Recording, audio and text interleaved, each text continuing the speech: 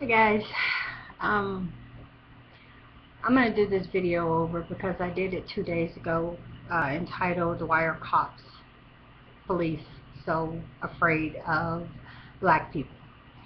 Um, I think I had some audio problems, and then I think when I did the first video, it was too long and everything. So I'm going to do this. I'm doing this video over why black cops are so afraid of black people.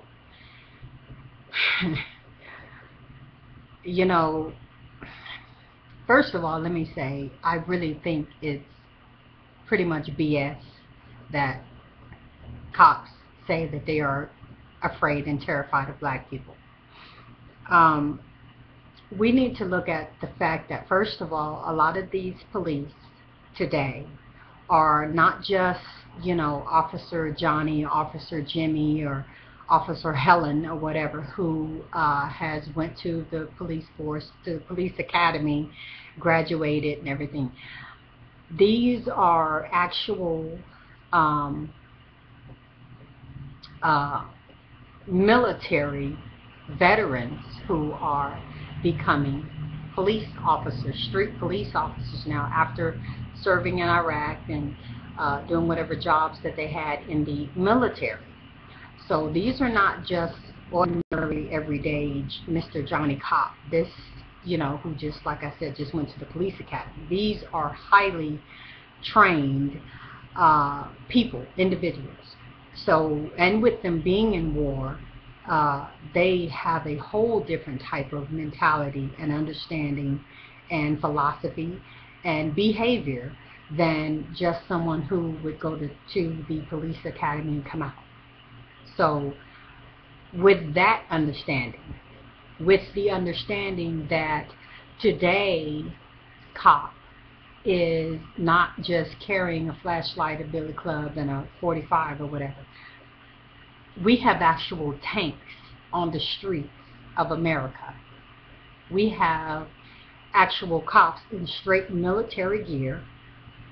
We have actual cops, policemen, everyday policemen now, who wear, like I said, they're driving tanks. They're using military guns, military weapons on an everyday basis. And like I said, this is because most of these policemen now are militarily trained. So with that being said, I'm not understanding where the fear is coming from, because, perhaps back in the day when there was, you know, just them with a little gun and with a billy club or whatever. I mean, a gun is still a gun, so, that right there gives you power over people.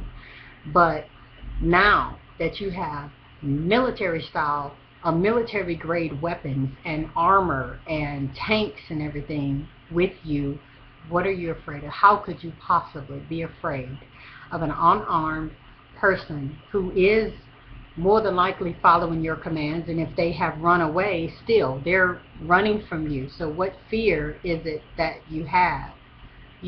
So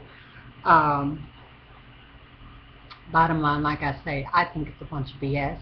I think it's a tactic, and I think it is, when they go to court, this whole system that is built by them and their ancestors, when they go to court and say, oh, I was so afraid, I was just completely terrified, this guy was running away from me and I was completely terrified, so I shot him in the back 16 times, that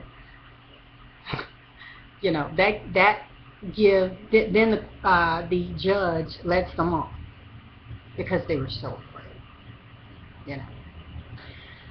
So I think it's an excuse to continue to kill unarmed black people. I think it prayerfully won't continue, but it's probably something that is going to continue as long as this system and mindset is here and adopted in America, that we as black people are who we are and who we have always been, and can be treated the way that we are being treated and have always been treated.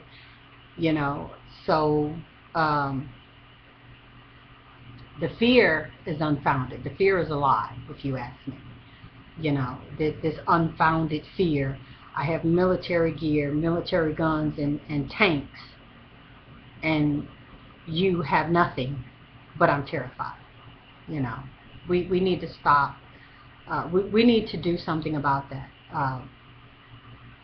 in this country.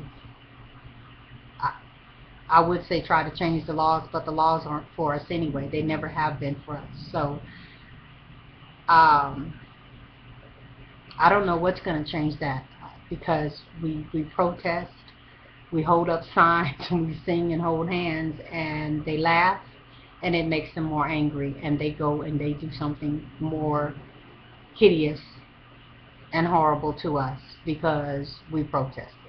So they retaliate, and they let themselves off. So the other thing I wanted to talk about, and even maybe bring to your attention, that a lot of people aren't realizing, when you go back and start looking at some of these videos. I know there was one in McKinney, Texas, and I think there was also one. Some of you may know that there was a recent incident in Ohio again, of a pool party again, where some teenagers, one girl got her jaw broke. I think a young man may have got his own broke or something like that. All this by police.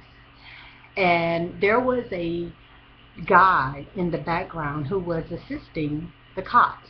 There was a guy in the background who was assisting the cops in McKinney, Texas. There was I saw another video on Facebook. I really didn't even look at it real good, because you know, all of the emotion and anger that I'm already feeling, I just didn't really want to continue to compile and compact things upon myself. But it was this black woman in the street, and the cops were, I don't know if they were trying to arrest her. I don't even know why she was in the street. I don't know the situation. Like I said, I didn't look at it real well. But there was a young white boy assisting the cops again.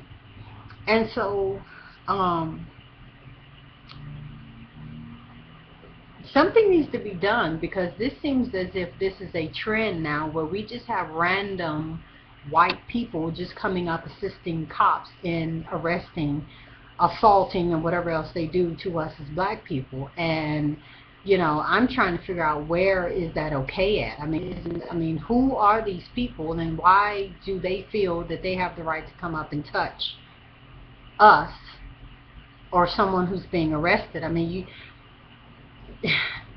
you don't know who these people are. I mean, what if these people are, you know, they might be freaks getting free feels, or perverts or something like that. More than likely they are. And so, but I mean, who are you going to tell if you're being arrested and or whatever by the cops, and then you have some lone white person coming up doing whatever they're doing? You don't know. I mean, they might be stealing your wallet. You don't know what they may be doing, you know. So, you know, my point is, who do you go and tell? You know, it may already be unjust treatment by the police, and then but I remember some other guy who came up and, you know, grabbed my breast. You know, who was he? Who is he? You know, who are these random people who are coming up and assisting the police officers? You know, so I brought that up because they couldn't do that anywhere else. They could do that nowhere else. You know, I mean, white people barely, most of the time, even succumb to just regular arrest, just regular traffic stops by cops. They cuss them out. They say they're going to call their lawyers. A lot of them assault cops and everything. They don't get shot. They don't get pepper sprayed. They don't get hurt, hit. They don't accidentally anything happen to them for doing this. So I know another person coming up. Let a person try to come up and assist a white cop while they're trying to arrest a white person. They're going to get shot. Trust me. So this is something that needs to stop. It's also something that I'm just bringing out, that, you know, maybe you all can kind of be aware when you look at these videos, you know, and you see these bystanders who are jumping in, you know, something needs to be done about that. You know, that's not, surely that would be, in any other case, interfering with police business, if nothing else, you know. So, that's really about all I had on my mind. There was something else I wanted to discuss. Just I've done this video 3 times, and so I'm not I'm not thinking about everything that I spoke about the first time, but